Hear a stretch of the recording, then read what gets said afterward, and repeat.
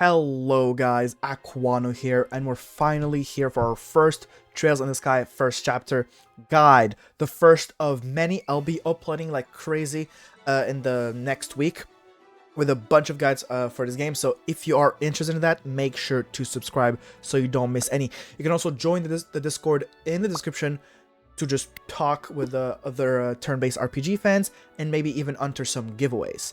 Now, without further ado, let's talk about the subject at hand, orbments. So I'm going to talk about orbments, quartz, Sepith, how to get spells, everything revolving the orbment system in the game, the line system, a lot of things. So yeah, strap in. Without further ado, let's get right into it.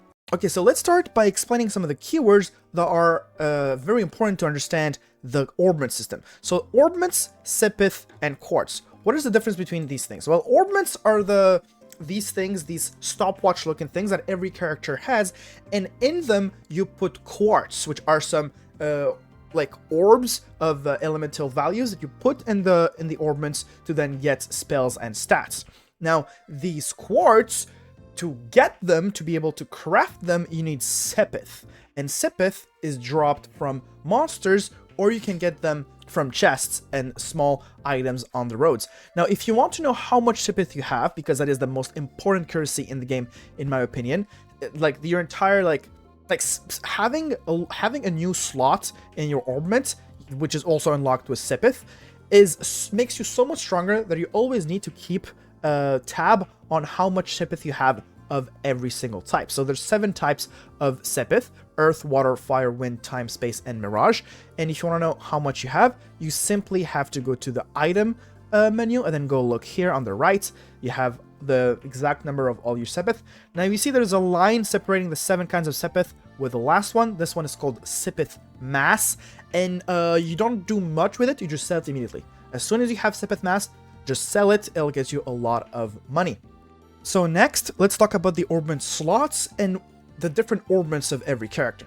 So, like I said earlier, every character has an orbment, and in that orbment, you can put different quartz in the different slots. Now, not every character has the same kind of orbments, and you already probably realized that, but it's not just cosmetic. It's not just the shape of the orbment. Like you see how this one, like the lines combining all the orbments like are shown differently, but it has a lot of gameplay impact too, because depending on the lines in your character's orbments, the number of lines and how big these lines are, it will affect the limits of that character when it comes to unlocking different spells. So you need to understand the concept of lines.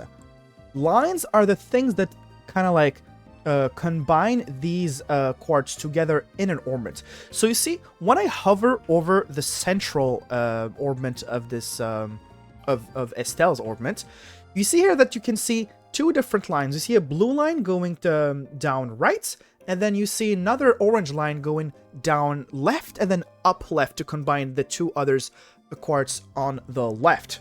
And then if you look at the graph on the bottom right of your screen, you see it says value, and then it says line 1, line 2. That means this orbment has 2 lines, and one of them is blue, one of them is orange. So the central piece of the orbment, the central slot, which is this one, the center slot, it is counted as being part of the first line and the second line. But these 2 quartz right here, and this one too when you unlock it, are only counted as being part of the orange line. And these 2, this one and this one when you unlock it, are only counted as being part of the blue line. So Estelle's orange line is composed of 4 slots, and her blue line is 3 slots. Now, what the fuck do those lines do, right? I've been speaking about lines for a while, but what do they actually do?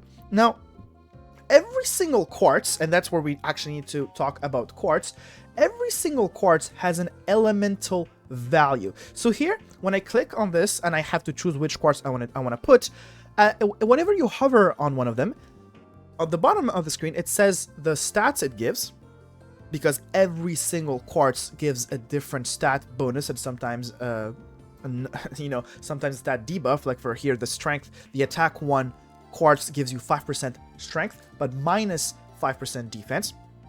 But more than that, we want to look at the elemental value. That is going to be one of the most important things to know when choosing which quartz you want to put on which characters. So this attack 1 quartz has a fire elemental value of fire times 1. This impede 1 here has an elemental value of mirage times 1. But impede 2 has an elemental value of mirage times 2. That means if I equip the impede quartz, I will have an elemental, I will add an elemental value of 2 mirage to my line.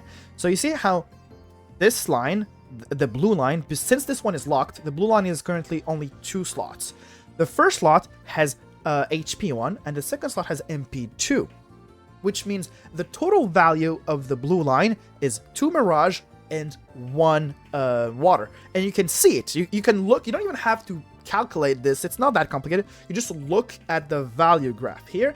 It says blue line, line 2, and it says 0 on everything except 1 water, 2 mirage. So very, very important. If I look at my Joshua also has 2 line, the line 1, which is orange, line 2, which is blue. It says the same thing here. If you can look at the values depending on which I find. Now you see how the time 1 is here is in both lines. That's because, like I said, the central quartz counts for both lines.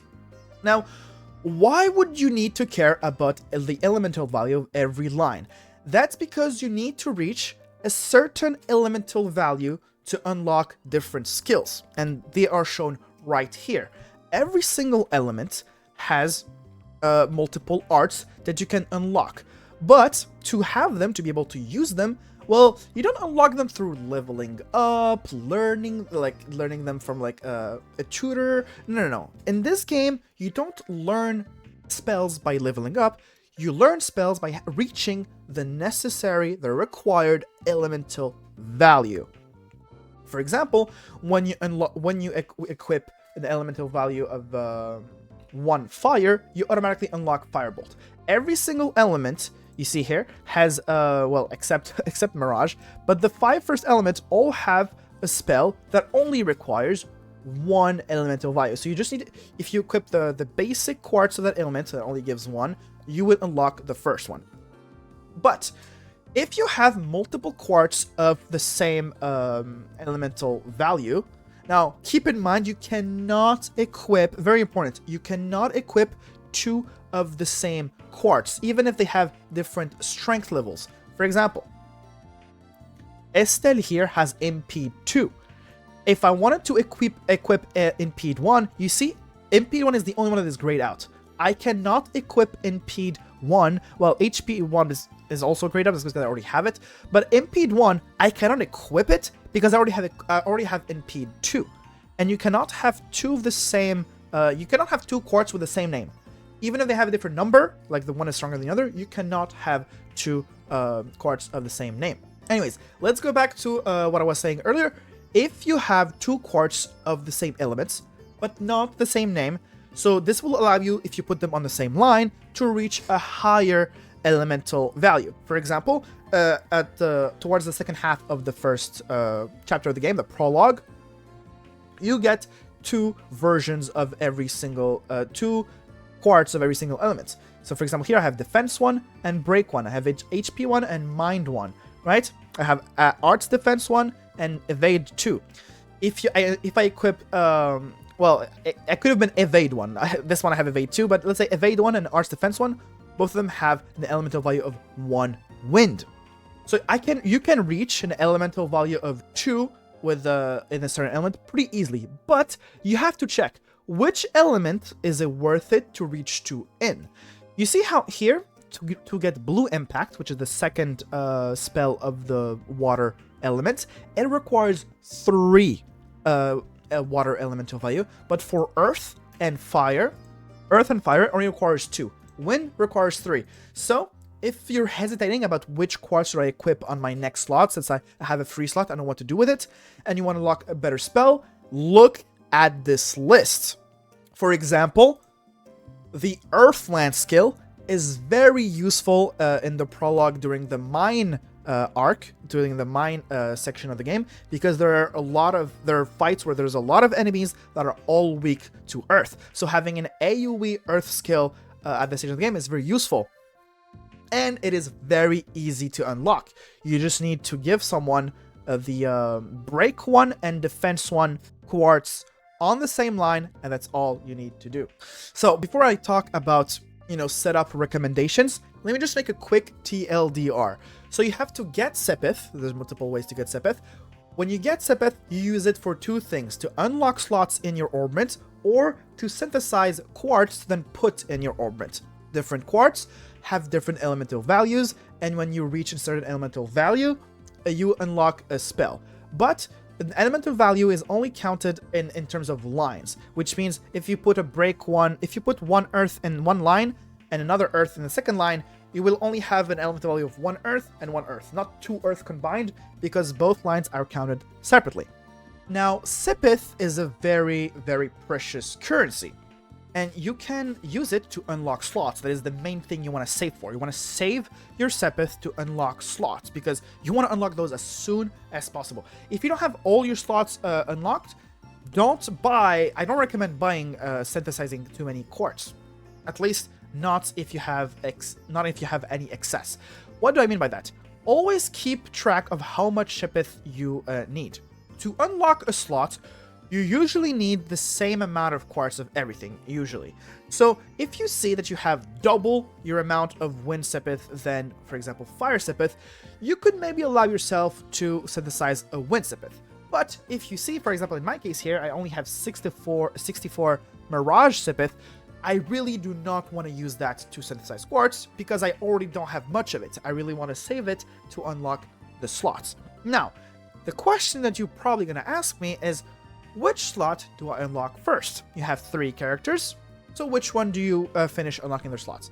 And to answer that question, you need to know one thing about unlocking slots, and you maybe already know that. But when a character gets their slots unlocked, they don't just get a new slot, it also upgrades them as a party member.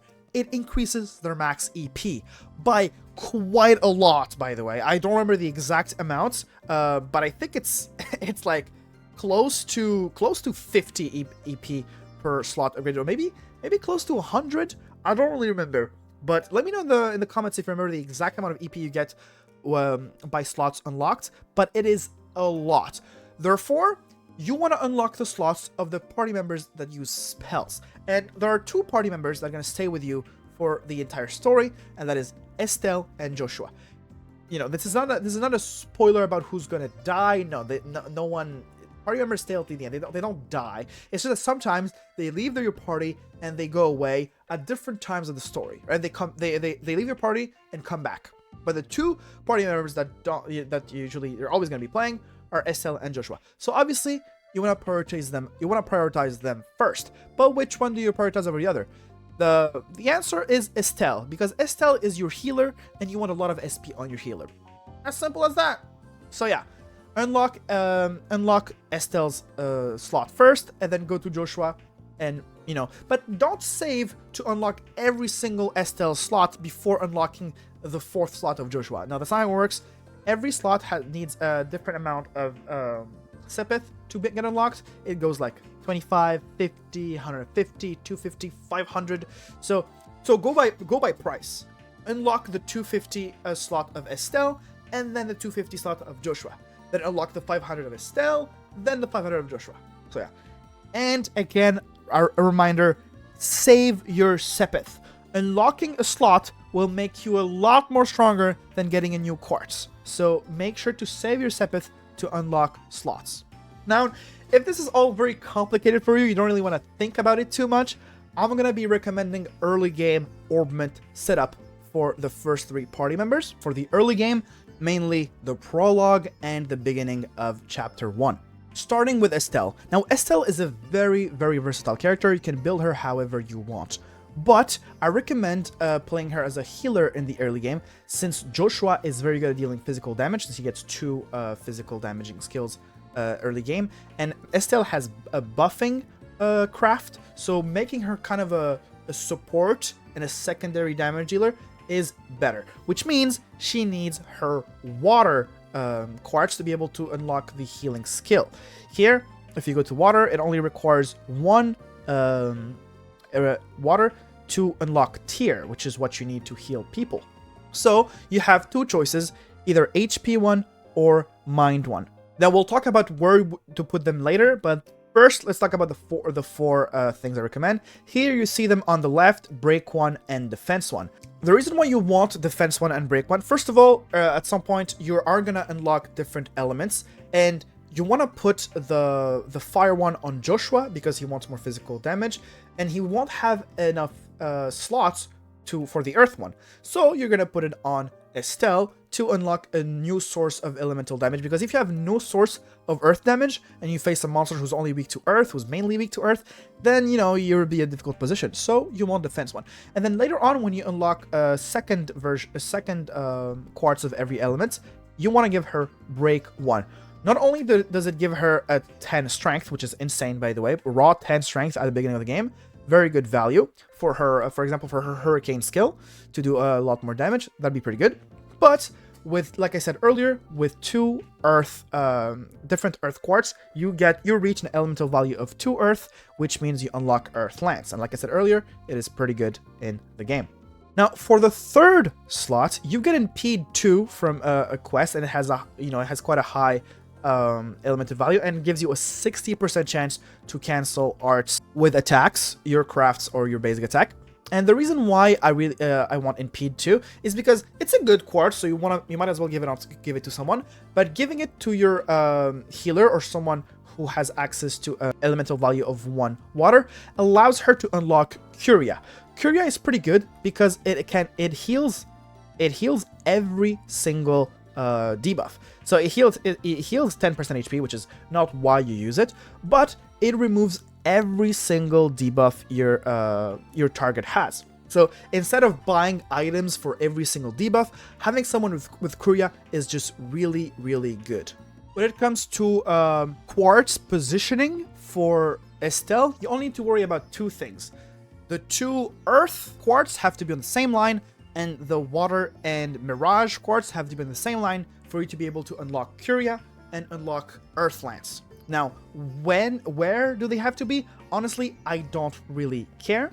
You can switch them up later. As long as these 2 are in the same line and these are in the same line, that's all that matters. Now, let's talk about Joshua. And Joshua, unlike Estelle and like every other party member in the game, has elemental restrictions when it comes to which quartz you can put in which slot. Now, there's 7 elements in the game, and there's 8 party members. Every single party member is locked to 1 element for 2 or more slots, except Estelle, because there's no 8th element. Estelle can equip any quartz in any slot, but Joshua is linked to the time elements, and 2 of his slots are only usable with quartz, with time quartz. And that is the case of his center slot. So you don't have any choice, and I think everyone equipped the same one. It is the action slot. Now, you're not really aiming for any big spells with Joshua in the early game. You just want raw stats to help him do physical damage. So give him the attack 1 quartz as soon as possible to not only unlock Firebolt, which gives you, fire coverage, but also gives you 5% strength to allow him to do more damage. Don't worry about the minus 5% debuff, minus 5% defense debuff. It's not a big deal. Now, for the 2 other slots. First of all, there's 1 quartz that I highly recommend you give to Joshua, and you highly recommend to buy this quartz as soon as possible, because you can buy it as soon as you unlock the ability to buy quartz, to synthesize quartz, and that is the Hit 1. Now, Hit 1 gives him 60 accuracy, which is already crazy. I would equip it just for that, but it also gives him a raw 10 strength.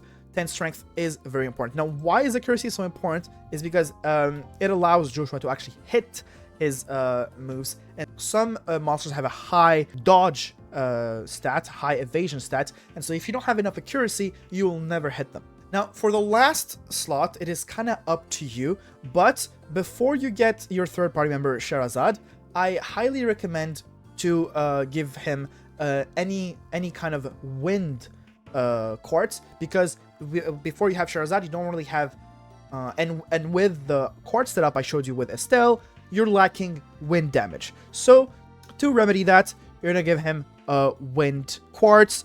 Any of them will do. Here, give him art defense because it makes him tankier, and it gives him access to air strike. So yeah, that's it for Joshua. And since you're not unlocking any spell by mixing values, the positioning of the 3 other quartz that are not the time one don't really matter. Don't really worry about that with Joshua in the early game. Now for Scherazard, I'll make it quick because when you get her, she already has a lot of slots unlocked, and pretty much all of them already filled up.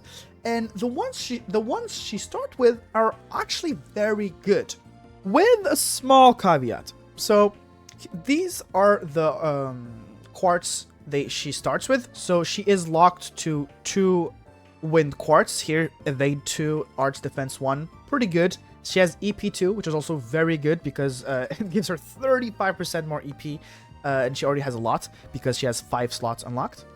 She has attack 1 because while she has pretty good magic damage, she also does pretty solid physical damage. She's kind of a hybrid character, so attack 1 makes sense, mind 1 makes sense. Now, the small problem here is that the positioning of the different quartz kind of prevents you from learning a spell that you would otherwise have access to, and that is one we already talked about during Estelle's section, Curia. So Curia allows you to cure any debuff and heals 10%. It is available by having 1 water and 1 mirage on the same line. Now, she does have 1 water and she has 2 mirage, but the problem is those 2 quartz are not on the same line. So what I would recommend you to do is to switch the mind and the attack 1 quartz place.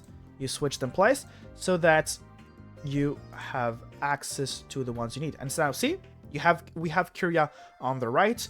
We did not have that earlier because now we have Water 1 and Mirage 1 on Mirage 2 on the same line. But except for that, I wouldn't really touch anything in the very beginning of the game. You can keep this for quite a while after you get Scherazard, basically until you unlock better quartz. And that's it for the Orbment guide. This is everything you need to know to really know which quartz to give to which character and where. That is all you need to know to basically master the Orbment system. Again, if I missed something, let me know in the comments. Maybe I'm gonna learn something too. But yeah, I've played the original, and by knowing this, you're literally good to go for the entire game. Obviously, some level of difficulties will require a higher level of tryhard, a higher level of min-maxing. So yeah, but this should be enough. And I really, really hope this video helped you understand this system better. Let me know in the comments if it did. And obviously, don't forget to subscribe for a lot more Trails in the Sky first chapter guides coming. It was acwano, and I'll see you guys next time. Peace.